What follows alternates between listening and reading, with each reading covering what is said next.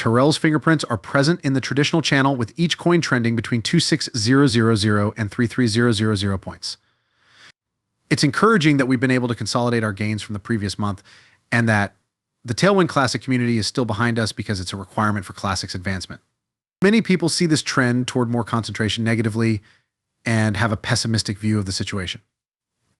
Many people are still rooting for Terrell to win the Classic, but there is a lot of worry, if we can say it that way, about the cost that kind of growth isn't exactly meteoric. Also, I feel it's important to make it clear to anyone who may be unfamiliar with the crypto area or the Classic what that price is done, always rise. There isn't a smooth upward trajectory where we can watch Terra succeed without ever having to start over. There is no such thing as a performing asset. There are waves and cycle spikes and troughs, advances and declines. Currently, we are in a phase of consolidation. Now, it's true that many individuals may have bought into the Terra Luna Classic price increase due to the burn.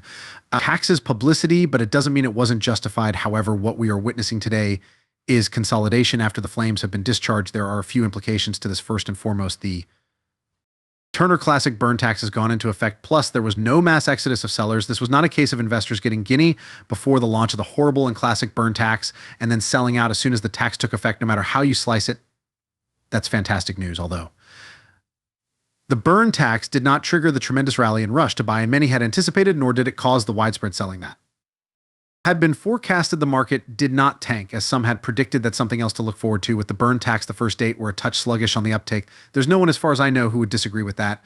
In the first day when burn tax was active, we saw the consumption of around $70, $80, and $90 million worth of Tailwind Classic as of this morning. The total number of Terra Luna being incinerated has risen to almost 345 million. If we take this perspective, we can see that consumers weren't actually transacting before they were aware of the burn tax.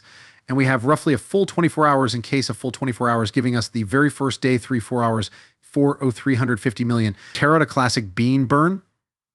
That's an excellent start to things. Why you know we've worked going through this phase right now. If you're holding Terra Classic, or if you were accumulating Terra Classic, or if you were accumulating Terrible and Classic prior to this firm tax being initiated, the overwhelming majority of thoughts were, oh, see, I'm going to stack up. Then I'm going there for yesterday. There wasn't much going on in a Classic. It would have burned Terra, but its timeline starts to fall apart.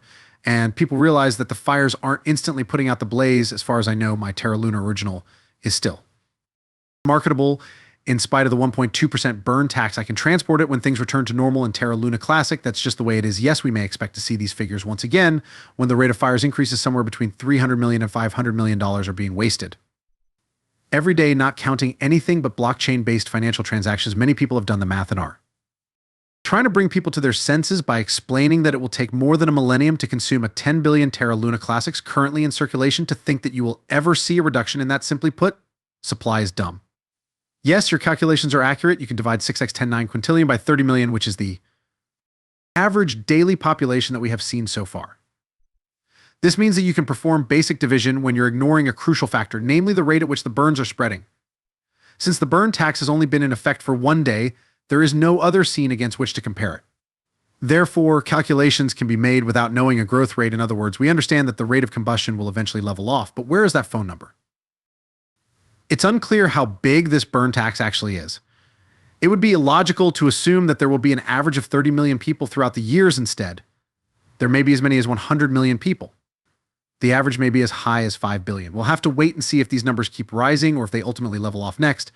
Consider that centralized exchanges have made it known that they will not burn any money on spot or margin trades on their platform after making what I believe to be a mistake.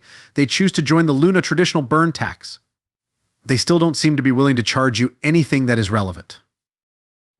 If we make it clear that nothing is being done to unfairly or inconveniently tax those engaged in chain or exchange activities, they simply aren't willing to impose the tax on us at this time. If the first major exchange permits these transactions to be taxed and benefits from an influx of customers and growth as a result, the other exchanges will quickly follow suit once they begin to lose money and customers realize how much of a difference you will have to decide whether or not to proceed after community-oriented exchanges, because that's when they'll come around and start acknowledging themselves as the ones who came up with the idea. We've been here for you from the beginning. Get in touch with us as soon as possible.